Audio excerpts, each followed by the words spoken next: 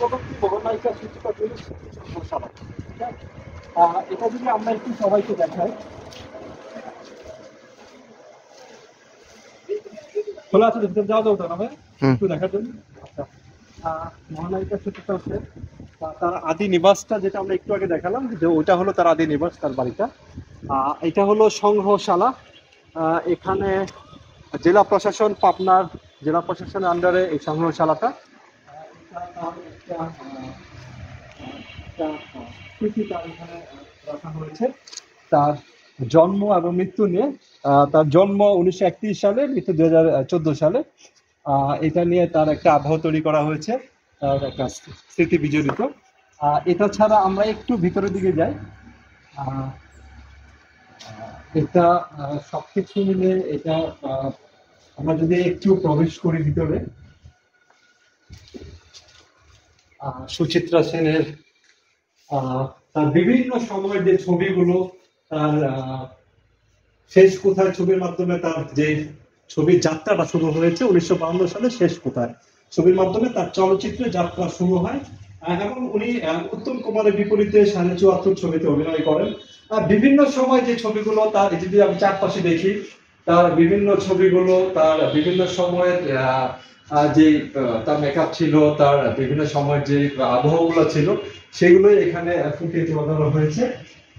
এছাড়া আমরা যদি দেখি, বিভিন্ন সময় উনি যে ছবিগুলো করেছেন, বিভিন্ন প্রোগ্রামগুলোতে উনি গিয়েছেন। তো এই জিনিসগুলো আমরা একটু দেখতে পাচ্ছি। সবকিছু মিলে আরেকটা চমৎকার, সেটা হলো ওনার যে সুচিত্রা সেনের 1958 সালে জলসা পত্রিকা যে প্রচ্ছদ এসেছিল, বিভিন্ন সময় ফিল্ম ফেয়ারে প্রচ্ছদ এসেছিল, বিভিন্ন যে প্রচ্ছদগুলো এসছে, এটা এই সময় রাখা হয়েছে। এর পাশাপাশি যেটা হলো ওনার বিভিন্ন ছবি যে পোস্টারগুলো, 74, পাপমোচন, শিল্পী, বিভিন্ন যেটা অন্নপূর্ণার যেটা মধ্যে বিভিন্ন সময় যে পোস্টারগুলো রয়েছে, এটা এখানে তুলে ধরা হয়েছে। এর পাশাপাশি আমরা আরো কিছু পোস্টার একটু দেখি।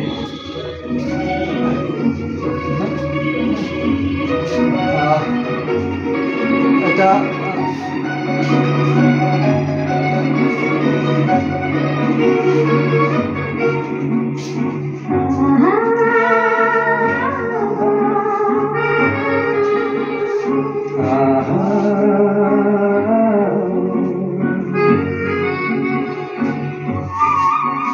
পোস্টারগুলো আমরা দেখি, বিভিন্ন সময়ের ছবির যে পোস্টারগুলো, সুচিত্রা সেনের সেই পোস্টারগুলো এখানে বিভিন্ন সময়ের ছবির যে পোস্টারগুলো, চিত্রগুলো ঠিক তুলে ধরা হয়েছে।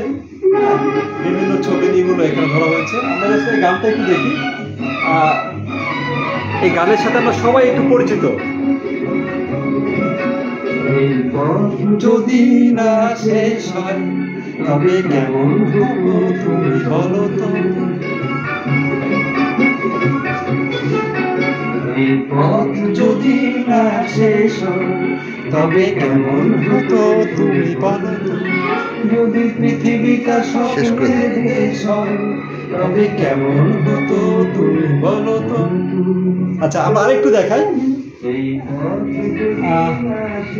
এটা আরেকটা রুমে, এটাও সুচিত্রা সেনের বিভিন্ন সময়ের তার যে শোভা ঘর ছিল সুচিত্রা সেনের, এটা বা ওনাদের আদি নিবাস যেটা ছিলেন, বিভিন্ন উত্তম কুমারের সাথে সুচিত্রা সেনের ছবি, তার মা রাইমা সেনের ছবি, এবং বিভিন্ন দর্শকের বিভিন্ন সময়ের কিছু ছবিগুলো এখানে তুলে ধরা হয়েছে।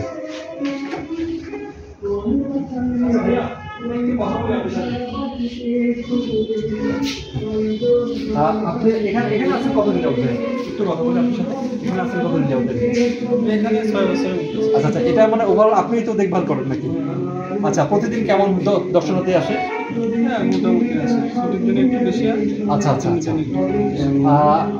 এটা আপনার তত্ত্বাবধানে এখন কারা রয়েছে? এটা তত্ত্বাবধানে এখন জেলা প্রশাসন আছে। জেলা প্রশাসন রয়েছে। আচ্ছা আচ্ছা, ওদের দিক থেকে আপনারা আর্থিক সহযোগিতা বা অন্যান্য বেনিফিট এটা কিভাবে পেয়ে থাকেন, বা কিভাবে সংরক্ষণ করেন, বা এটার উপার্জিত আয়টা কিভাবে আসে আপনাদের? এখানে সব কিছু জেলা প্রশাসনের করে। এখানে 10 টাকা করে প্রবেশ মূল্য আছে।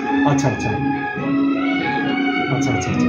তো এটা আপনারা মানে সুচিত্রা সেন সম্পর্কে, এটা তাদের আদি নিবাস, তাই তো? হ্যাঁ হ্যাঁ। আচ্ছা, এটা তার পৈতৃক নিবাস। তো এটা সম্পর্কে হ্যাঁ এটা দেখা যায় কিছু জায়গায় যেমন ফাটল ধরেছে, পাশাপাশি ওনারা পৈতৃক নিবাসে একটা দেখলাম যে যেটা পরিত্যক্ত অবস্থায় রয়েছে, ওটা কি সংরক্ষণের কোনো উদ্যোগ কি জেলা প্রশাসক নিয়েছে বা আদৌ কি নিবে? ওটা তো সুচিত্রা সেনের, ওটা ব্যক্তি মালিকানাধীন হয়ে এটা সুচিত্রা সেনের পৈতৃক নিবাস। আচ্ছা আচ্ছা, এটা হলো পৈতৃক নিবাসটা, আর পাশে যেটা রয়েছে ওটা? ওটা খলিল সাহেবের।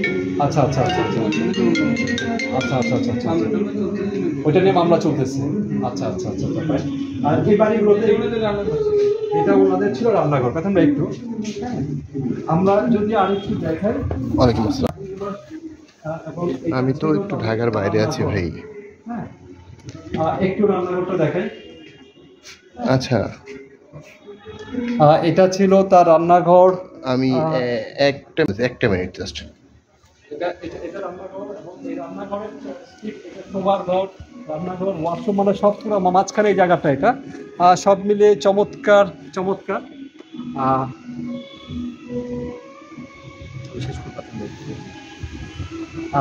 সত্যি ধন্যবাদ সবাইকে আমাদের পাশে থাকার জন্য। এটা সুচিত্রা সেন, বাংলা চলচ্চিত্রের মহানায়িকা, যার আমরা এত ছবি দেখেছি, তার অনেক ভক্ত রয়েছে, তাদের জন্য শুভকামনা থাকবে। আর সবচেয়ে বড় কথা কি, বাংলা চলচ্চিত্র বেঁচে থাকুক আরও বেশ কিছুদিন, আরও বেশ কিছু সময়। সে পর্যন্ত সবাই ভালো থাকুক, সুস্থ থাকুক। সিরাজুল হক।